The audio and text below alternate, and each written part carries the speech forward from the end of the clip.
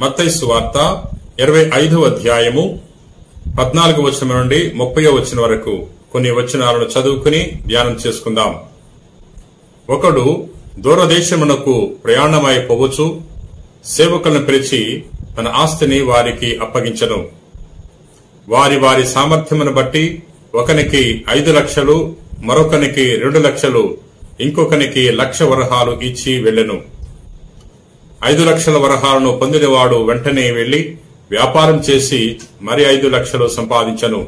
అట్లే 2 లక్షల వరహాలను పొందినవాడు మరి 2 లక్షలను సంపాదించను. కాని 1 లక్ష వరహాలను పొందినవాడు వెళ్లి నేలను త్రవ్వి తన ప్రభు ధనమును దాచెను. చాలా కాలం గడిచిన తర్వాత ఆ యజమాని తిరిగి వచ్చి లెక్కలు సరిచూసుకున్న ఆరంభించను.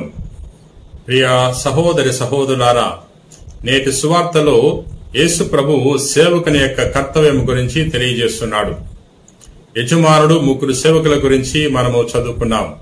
యజమానుడు 3 సేవకులను పిలిచి మొదటి వానికి 5 లక్షల వరహాలు, రెండో వానికి 2 లక్షల వరహాలు, మూడో వానికి 1 లక్ష వరహాలు ఇచ్చి దూరదేశానికి వెళ్తున్నాడు. చాలా కాలం తర్వాత తిరిగి వచ్చి లెక్కలు సరిచూసుకునేటప్పుడు మొదటి వాడు 5 లక్షలతో మరి 5 లక్షలను సంపాదించి ఉన్నాడు. రెండో వాడు 2 లక్షలతో మరి 2 లక్షలు సంపాదించి ఉన్నాడు.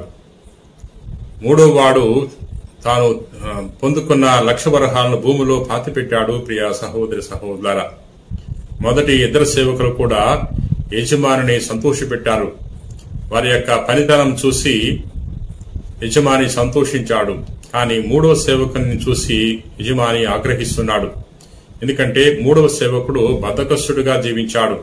యజమాని నుండి పొందుకున్న ధనాన్ని తాను ఖర్చు పెట్టలేదు, దానితో వ్యాపారం చేయలేదు.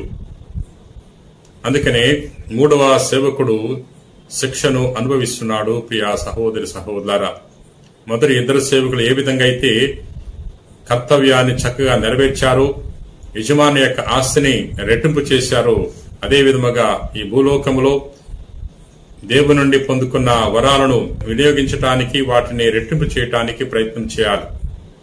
3వ సేవకుని వలె మనము బద్ధకస్తులుగా జీవిస్తే మనం కూడా దేవుని యొక్క శిక్షకు లోనవుతాం. ప్రియ సహోదరి సహోదరులారా, ప్రేమ కలిగిన ప్రభువా, దయగల సర్వేశ్వరా, నేటి సువార్తలో సేవకుని యొక్క కర్తవ్యం గురించి తెలుసుకున్నాం.